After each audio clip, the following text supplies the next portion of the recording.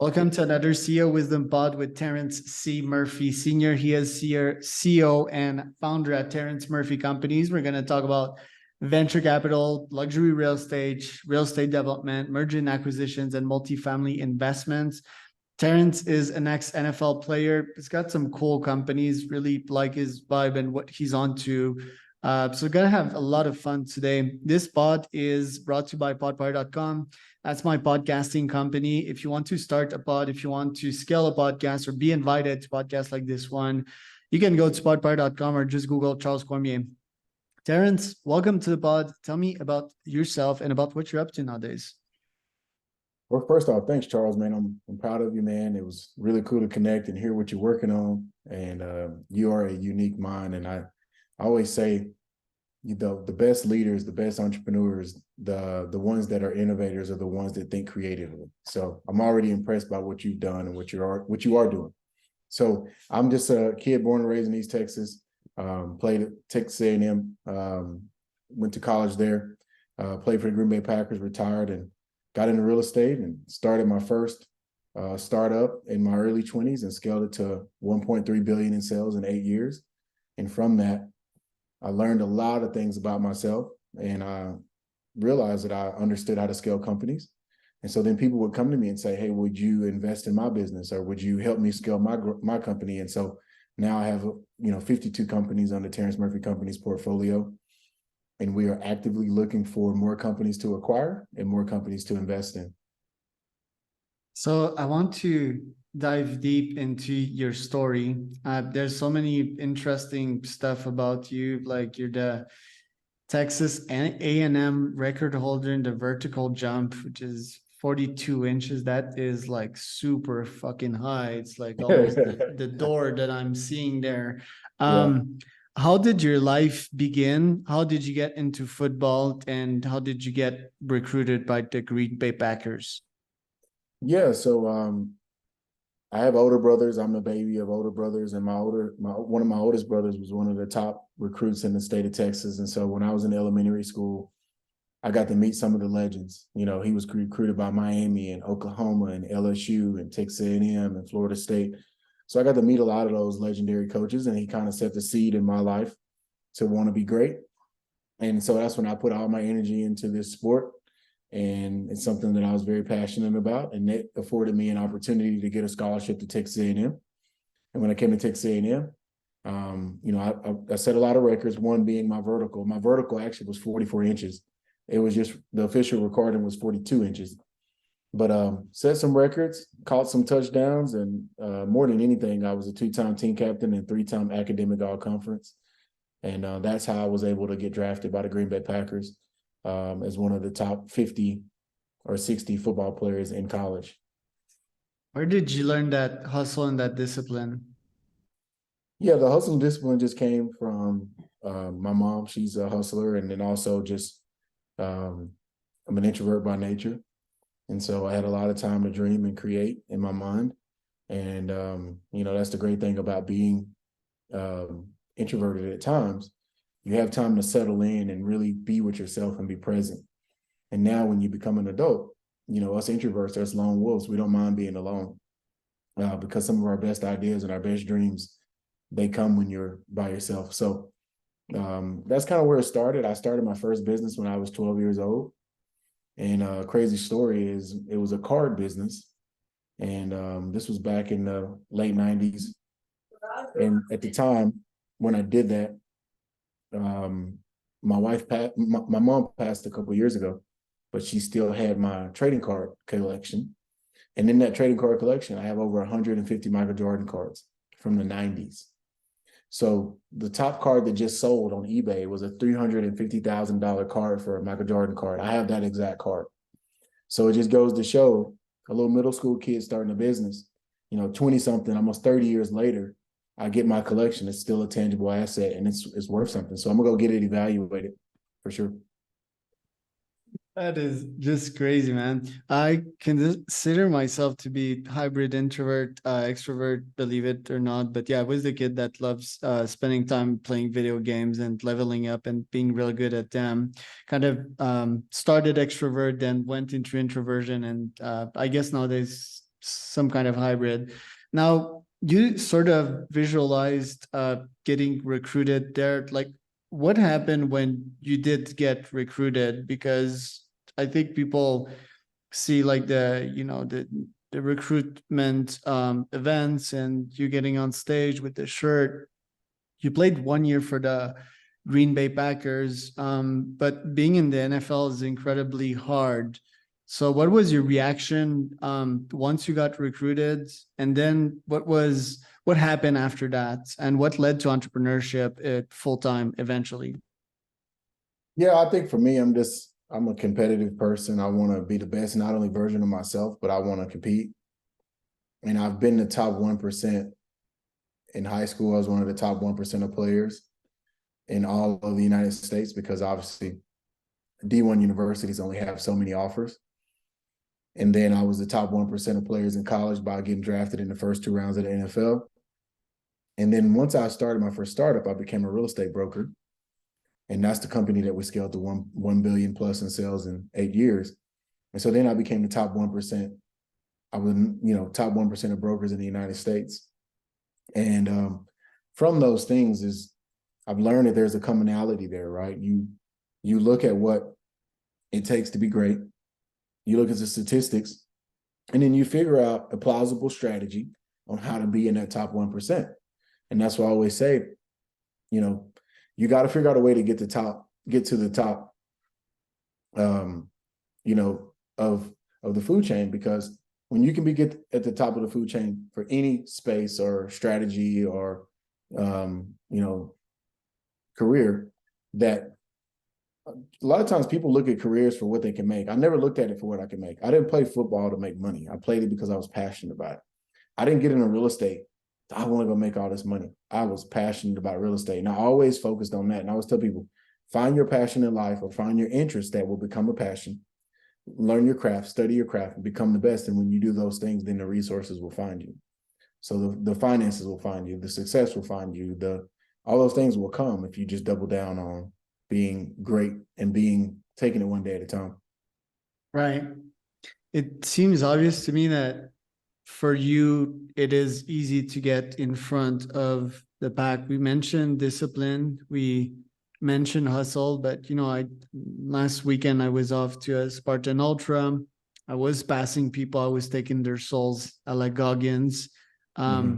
But for most, it's hard to pass people in business, in life, getting ahead of the pack. So what are the other ingredients that allowed you to run past by lots of folks without much noticing? Yeah.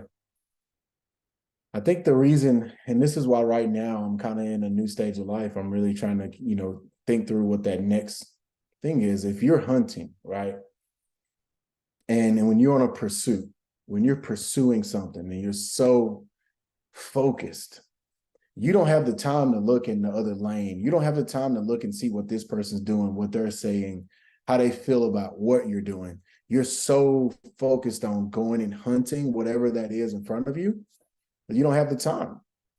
And so to me, the number one ingredient is to be so laser focused and so hungry to pursue whatever that goal is in front of you, that all the other stuff that happens, the long nights, the sleepless nights, the long days, the haters, the bad moments, the bad plays, it won't stop you because you're just so focused and you're so hungry and pursuing whatever that is in front of you. And that's called that drive and that passion. And I always try to invoke that in myself. And it's a process that goes along with it. Right. Super important. Focus, hustle, discipline. Yeah, all mixed together. You get ahead real quick. Then how do you decide to let go of that focus? Because I see Good Bull Capital, by the way, I love the name. How do you decide that, okay, I've sort of maxed out that field and the next level is there? I mean, you do residential, do you commercial real estate, and the market is kind of shaky, especially in the commercial real estate side of things. First, comment on that. And second, how do you decide to start shifting your energy into that new bucket? That's a great question, actually. I think the biggest thing is, I always say that we all have we all have an inner person in us, right? There's a spirit in us that we can listen to. And when you're running 100 million miles an hour, sometimes you don't hear that inner spirit. And so what I've tried to really do is slow down and meditate. And, I never dealt with any thing mental health wise until I got injured and I started dealing with depression and anxiety and all those things. And those things are real, man. Those are real. And so my heart goes out to anyone feeling, those emotions and those chemical imbalances. And some people say, "Mo, it's just a mindset."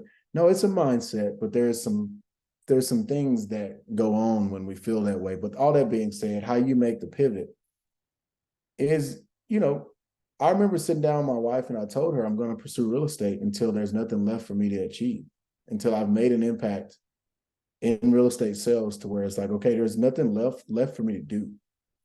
And I didn't get a chance to end my football career that way. I got injured my rookie year. So I had a really bad neck injury. So I always wanted to be able to leave something not too late. You see people that are still in certain industries and it's like, why are you even still doing that? You should have gave that up 5-10 years ago. So that's when you just kind of got to know when it's time to mature, and not mature in a negative way, but just mature to that next thing in life. And that's what got me into everything that I've done over 18 years. Has just been me and my wife. We haven't raised any capital. So the companies, the real estate, the acquisitions, the startups, the deals that we've done, I just crossed $4 billion in acquisitions and sales. And that's a marker, right? And so I did that with no money raised. Now I started raising money, in the last year and a half, but that was kind of that next step for me. Like, let's go get into private equity. Let's go get into venture capital.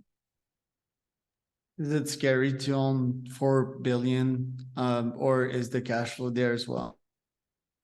Say that question again, Charles.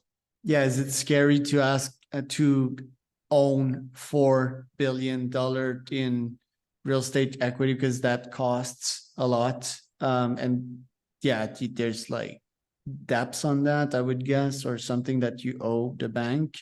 Or is there like big cash flow as well in there? Yeah, so that's 4 billion is in sales and acquisitions. So it's in some of its sales and some of its acquisitions. But yeah, it's regardless of what the number is that I own, it's a nugget, and that's where faith comes in, right?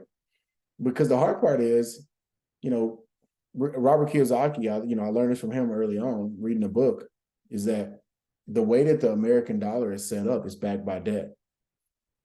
So in order to get a true return in real estate or even in business, you have to have debt, right? Because like I'll give people a simple example. You go buy a Starbucks, $2 million, and the cap rate's 5%. You're going to make 5% on your money.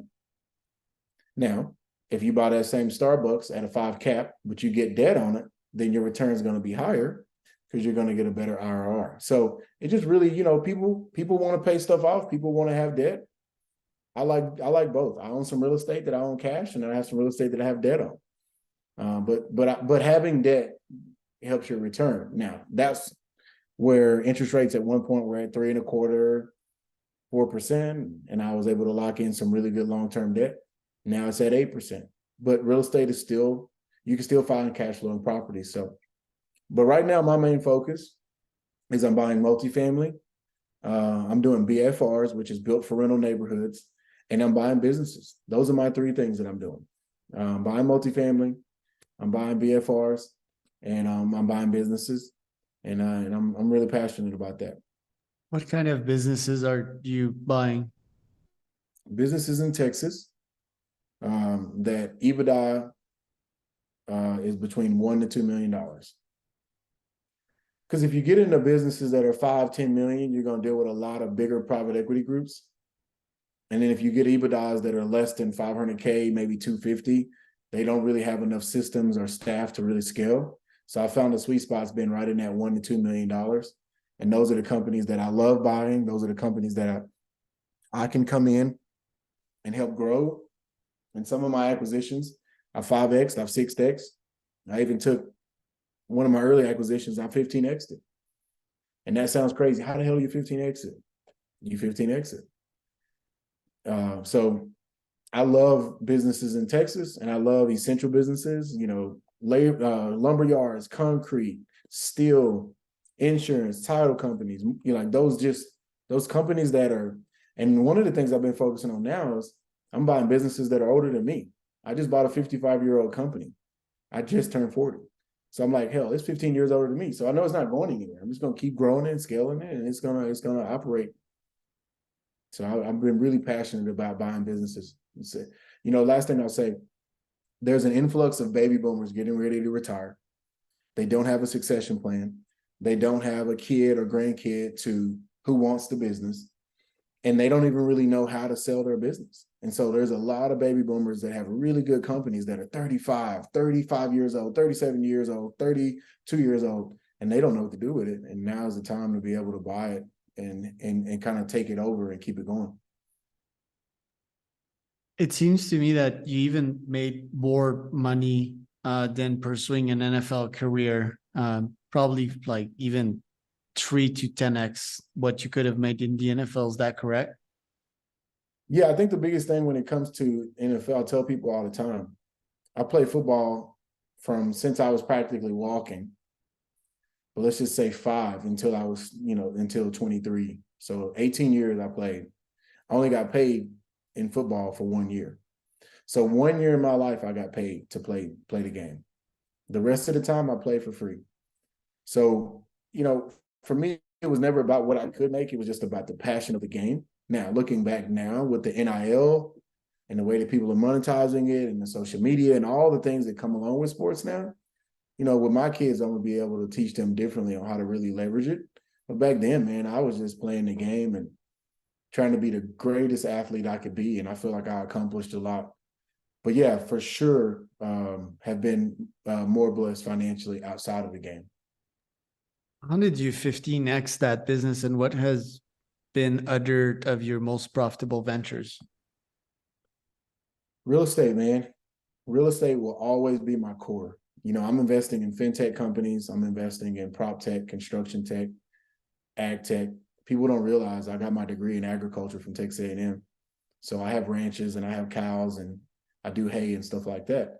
So I have a lot of passions, but in the core of it all, the best thing that I've ever done is buy real estate. The best thing. It's just true. It's the truest, best thing I've ever done. You think an AI could spot these opportunity and 15x from one day to the other? Ask me again, Charles. Yeah, the AI, do you think there could be an AI that would spot these opportunities, buy that terrain at 50K and resell it for 550K for the next day? No. I think AI is awesome. I'm actually I'm investing in a venture deal that's AI. A couple actually. I think at the end of the day, real estate is still too hands-on. That's why when you had all those brokerages that were trying to cut the brokers out of the deals, the flat fee agencies, the Redfins of the world, they had a run and they've already transitioned out, and there's still 1 million agents. There's still literally 1 million agents in America. So I think there will always be a place for technology in real estate, but I think the real estate agent will always be a part of the transaction. Now, can you find deals off market? I know wholesalers, I know developers. Hell, I buy stuff off market. Yeah, you'll always be able to do that. But all in all, the industry will always have a place for a real estate agent. Seems that you had a lot of fun in the business game. What is your why nowadays? Where is your heart at? Yeah, good question. Man, I think the biggest thing for me is I've been a lone wolf my whole life. I've been a lone wolf in business. I've had my wife with me. I'm looking now, I'm actually joining some bigger venture companies as an advisor, because most people had a mentor or a family member or a partner or whatever, and I've just kind of figured it out through hard work and faith. So right now, what I'm focused on is my kids. I have a 13-year-old, a 9-year-old, and a 7-year-old. I'm really doubling down on them, which is why we moved out to my ranch. so I could spend more time with them and see them every day. And I always saw them every day anyway. I didn't really travel a lot without them. But my biggest thing is I'm really just focused on investing in companies. Two routes. I'm investing in buying companies that are essential. They're 30-year-old companies, they're 25-year-old companies, they're not going anywhere. They are the fabric of our economy, they're the fabric of our country. So I'm investing in those companies. And then I'm investing in companies that are innovating and that are changing lives through technology, fintech, prop tech, construction tech, AI, like you mentioned earlier. So I'm really going in those two routes. And my why is to keep creating and keep learning and keep innovating. And if I get to a point where I'm just dominating a space and I'm the top dog, then I'm not being stretched. And so that's when I start looking around at what's next. So I'm always looking for what's next. And I'm always I love that freedom as an entrepreneur to be able to go and do different things. You and I, we talked about, depression and getting better from an injury. It's easy to get inside that hole, whether you start from a mental place, it gets to a physical place, you change your biochemistry with your thoughts, and next thing you know, your body is fucking with your mind and so forth. And it's a never ending negative cycle. How did you get out of yours? Yeah, man. I want to tell people that if you are in that place and you're at the sound of my voice, God loves you and he's got a plan for you. And you can get in that hole and you can feel alone and you can feel less than and you can feel inept. And it's not fun. And but tomorrow the sun will come up. I still remember the first time I got in a plane and it was storms were blowing down and it was rain, it was storm. And we didn't have a lot of resources growing up. So I'd never been on a plane until I was 17. And I remember we flew up over the clouds and the sun was out and it was a beautiful sun. It was just amazing. I had no clue my whole life through 17 that the sun was always out every day, no matter what. And I remember I really took that and I realized, like, you may feel like life is over or that, man, this is it for me. But man, if you can just make it through the clouds, there's always sun. And so I went through that struggle because I was paralyzed from the neck down. I had C3, C4 fusion on my neck, surgeries. I had 4 screws and 2 plates in my neck. And I had my whole dream because since I was 5 years old, I told people I was going to make it to the NFL and it was taken away from me. And it was a tough time. But man, I prayed and I remember I listened to this song, and I know we can pivot after this. It was a Bob Marley song.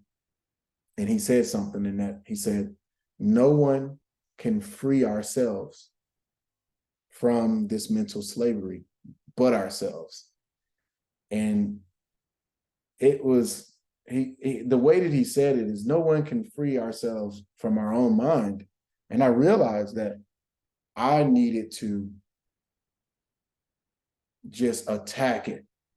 And I had this window where I felt this weight, but then I decided, like you said that earlier, David Goggins, like, you got to turn around and say, okay, I can only me. I can do therapy. I can take pills. I can go to this, but only me. I'm the only person that can free myself from this mental slavery that I'm in. And then when I made that decision, then I took the actionable steps to get myself out of that hole. Wow, man. Yeah, shivers. I think I had my inspiration dose for the rest of the year. So thanks for that. And you certainly fucking made it. I can tell you that, so you crawled the fuck out of that hole and yeah, you just claimed what's yours. So good job on that. Last but not least, if you can tell us about the Terrence and Erica Murphy Foundation. Yeah, man. So we started Terrence and Erica Murphy Foundation. And one of the things, obviously, is I'm a former NFL football player, a former Aggie legend, Big 12, blah, blah, blah. All those things. And I don't say blah, blah, blah to disrespect what I've achieved. I only say it because through our foundation, we started this thing called the Terrence Murphy Camp, Football, Finance, and Faith. And in that football and finance and faith, we bring in underprivileged kids. We've had 1,500 kids sign up and come to our camp in 3 years. And we teach them about finance. We're talking to middle schoolers, high schoolers about what does entrepreneurship mean? What does NIL mean? What does it mean if you work and you don't know what to do with the money? We're teaching them about finance. Then we're teaching them about faith. I talked to them about my testimony and God. And we've had people give their life to Christ at a football camp. I mean, hundreds of kids have walked out and said, I want to know Jesus at my football camp.